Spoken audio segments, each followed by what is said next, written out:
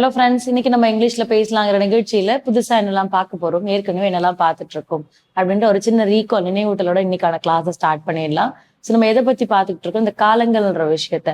So நம்ம mainly என்ன விஷயம்னா, நான் பேசுறது வந்து இங்கிலீஷ்ல பேசணும், அதுவும் ஃப்ளூயண்டா பேசணும் அப்படிங்கிறது மட்டும்தான். அந்த ஃப்ளூயன்சிங்கிறது நமக்கு எங்க இருந்து வருது? Just to be a practice. இது எவ்வளோக்கு எவ்வளோ ப்ராக்டிஸ் எடுக்கிறீங்களோ அது மட்டும்தான் அது வந்து பெர்ஃபெக்டா உங்களுக்கு வரும் இல்லையா?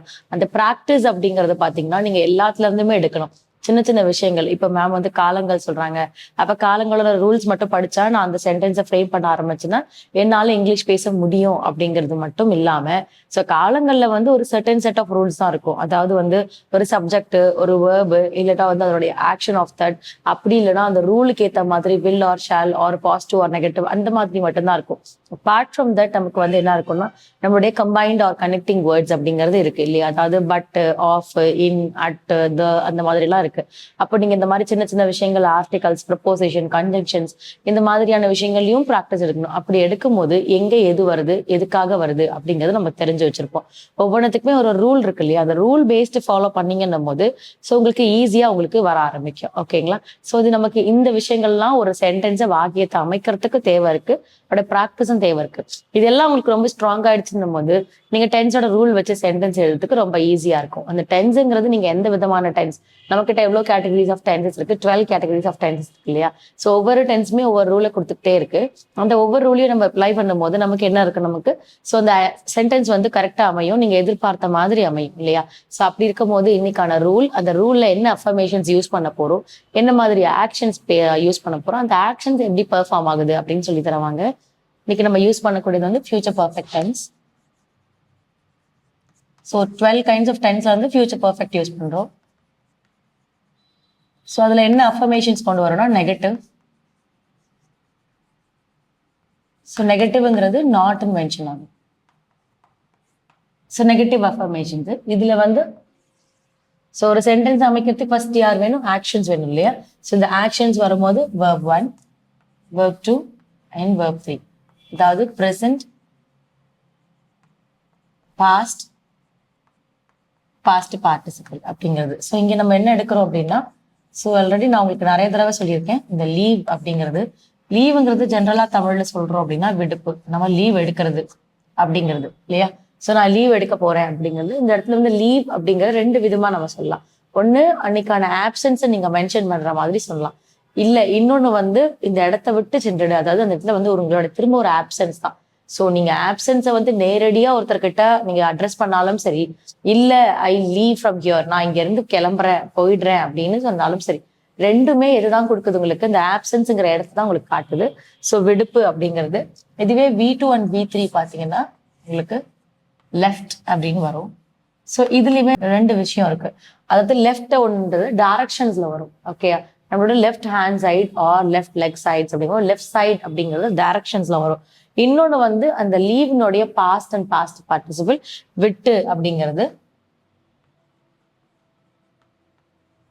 ஸோ இப்போ இதுக்கும் ரெண்டு கைண்ட்ஸ் ஆஃப் வித்தியாசம் இருக்கு. அண்ட் லீவுக்கும் நமக்கு என்ன இருக்கு? 2 கைண்ட்ஸ் ஆஃப் வித்தியாசம் இருக்கு. அதாவது நம்ம இடத்துக்கு ஏற்ற மாதிரி பயன்படுத்துறது தான் இருக்கு, யார் என்ன அர்த்தம் வந்து பொருத்தமா இருக்கும் அப்படிங்கிறது. ஸோ திசைகளை பத்தி பேசும்போது லெஃப்ட்ங்கிறது இண்டிகேட்ஸ் டைரக்ஷன்ஸ். அதுவே நீங்க ஒரு பர்சனை பத்தியோ ஒரு பொருளை பத்தியோ நீங்க அந்த இடத்துல பேசும்போது இட் இண்டிகேட்ஸ் த அந்த இடத்துல கூடிய ஆப்சன்ஸை பத்தி சொல்லக்கூடியது. அப்போ லீவ் அண்ட் லெஃப்ட், லெஃப்ட் அப்படிங்கிறது. அப்போ verb ரெடி.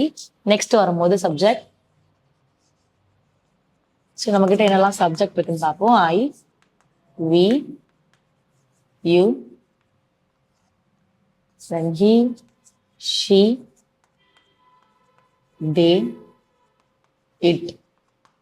ஸோ இதெல்லாம் ஒரு சப்ஜெக்டோட ரூல்ல இருக்காங்க. அண்ட் தென் ஃபியூச்சர் பர்ஃபெக்ட்ல வந்து என்ன ரூல், என்ன ரூல் பயன்படுத்த போறோங்கிறது. ஸோ இதுதான் சப்ஜெக்ட், நான் இது மட்டும் தான் யூஸ் பண்ணுமான்னு கேட்டீங்கன்னா அப்படி கிடையாது. நீங்க நேம்ஸ் யூஸ் பண்ணலாம், இல்ல ப்ரோனவுன்ஸ் யூஸ் பண்ணலாம், இல்ல அந்த ப்ரோனவுன்ஸ்லேயே ரிலேட்டிவ் ப்ரோனவுன்ஸ், அதாவது மை செல்ஃப், அதாவது his self R her self அந்த மாதிரி, இல்ல மை பிரதர், மை சிஸ்டர்ஸ் அந்த மாதிரி யூஸ் பண்ணலாம். ஸோ டிபெண்ட்ஸ் வந்து இல்ல டைரக்டா நேமையும் சொல்லிக்கலாம். ஸோ சப்ஜெக்ட் வேர்பும் ரெடி. இப்போ ரூல் பார்க்க போறோம். ஸோ ரூல்ல ஃபர்ஸ்ட் ஒரு சப்ஜெக்ட் வரணும், ஃபாலோட் பை வில் அப்படி இல்லைனா ஷல். தென் அஃபர்மேஷன் நெகட்டிவ்ங்கிறதுனால ஆஃப்டர் ஷல் நெகட்டிவ், அதுக்கப்புறம் பர்ஃபெக்ட் வர்றதால ஹேவ். And as V3. அதாவது வேர்ப் ஃபார்ம் கண்டிப்பா வரணும் இல்லையா? நீங்க என்ன செயலை செய்ய போறீங்கன்றது இதுதான் இண்டிகேட் பண்ணும். ஸோ அதுல V2ஆ V3ஆ V1ஆங்கிறது டிபெண்ட்ஸ் ஆன் த டென்ஸுக்கு தான் நீங்க உங்களுக்கு வரும். அப்போ V3ங்கிறது இண்டிகேட் ஆகும். அப்போ நமக்கு என்ன ஆயிடுச்சு, ஒரு ரூல் வந்து ஃப்ரேம் ஆயிடுச்சு. இப்போ இதுக்கேற்ற மாதிரி எக்ஸாம்பிள் எழுது. ஓகே, ஸோ நான் தே அப்படிங்கிற ஒரு சப்ஜெக்ட் எடுக்கிறேன். ஸோ எப்போவுமே நான் வில் யூஸ் பண்ணுறதால ஷல் கிடையாதா, ஷல்லுக்கு வேற ரூலான்னு இருக்கீங்க. அப்படியெல்லாம் கிடையாது, ஷல்மே நம்ம யூஸ் பண்ணிக்கலாம். நான் இங்கே ஷல்லே யூஸ் பண்ணுறேன். they shall not have V3 நமக்கு என்னது left இல்லையா? so they shall not have left. so அப்படின்னா என்ன அர்த்தம்? அவர்கள் விட்டு சென்றிருக்க மாட்டார்கள். அவர்கள் விட்டு சென்றிருக்க மாட்டார்கள். எங்கன்னு சொல்லல, எதைன்னு சொல்லல. ஸோ ஜென்ரலா சொல்லியிருக்கேன் நான். இல்லை நீங்க எங்க எதை அந்த மாதிரி ஏதாவது ஆட் பண்ணணும்னா ஆட் பண்ணிக்கலாம். இப்போ they shall not have left from the temple. So நம்ம they shall not have அப்போ ஒன்னொன்று எங்க இண்டிகேட், நெகட்டிவ் எங்க இண்டிகேட் பண்ணுது, வேர்ப் எங்க இண்டிகேட் பண்ணுது, எங்க இருந்து அப்படிங்கறத நம்ம சொல்லியிருக்கோம். இப்போ ஃபர்ஸ்ட் நம்ம எழுத போறது என்னவா இருக்கும், யார் சப்ஜெக்டோ அவங்களை மென்ஷன் பண்ண போறோம். அப்ப தே அப்படிங்கும் போது which is indicate அவர்கள் அப்படிங்கிறது தான். ஸோ அவங்க எங்க இருந்து அப்படிங்கும் போது ஃப்ரம் த டெம்பிள் இல்லையா? அப்போ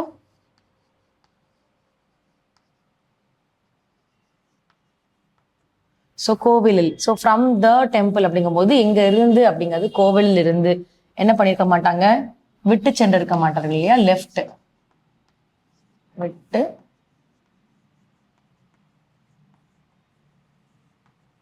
விட்டு சென்றிருக்க. அதாவது இந்த கோவிலில் ஃப்ரம் த டெம்பிள்ங்கிறது தான் நமக்கு செகண்ட்ல வந்துடும். ஸோ விட்டு அப்படிங்கும் போது நமக்கு லெஃப்ட் வந்துடும். சென்றிருக்கங்கிற இடத்துல தான் நமக்கு ஷல் நாட் அப்படிங்கிறது வரும். ஷல் நாட் ஹேவ், சென்றிருக்க மாட்டார்கள்.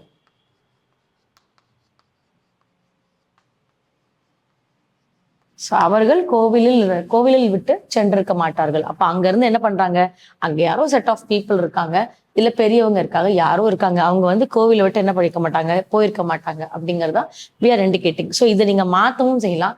ஸோ ஃப்ரம் த டெம்பிள்ங்கிறதுக்கு பதிலாக நீங்க வேற ஏதாவது கூட பண்ணலாம். நான் போறதுக்குள்ள அவன் போயிருக்க மாட்டான் அப்படிங்கிற மாதிரி நீங்க இங்கிலீஷ்ல ஃப்ரேம் பண்ணிக்கலாம்.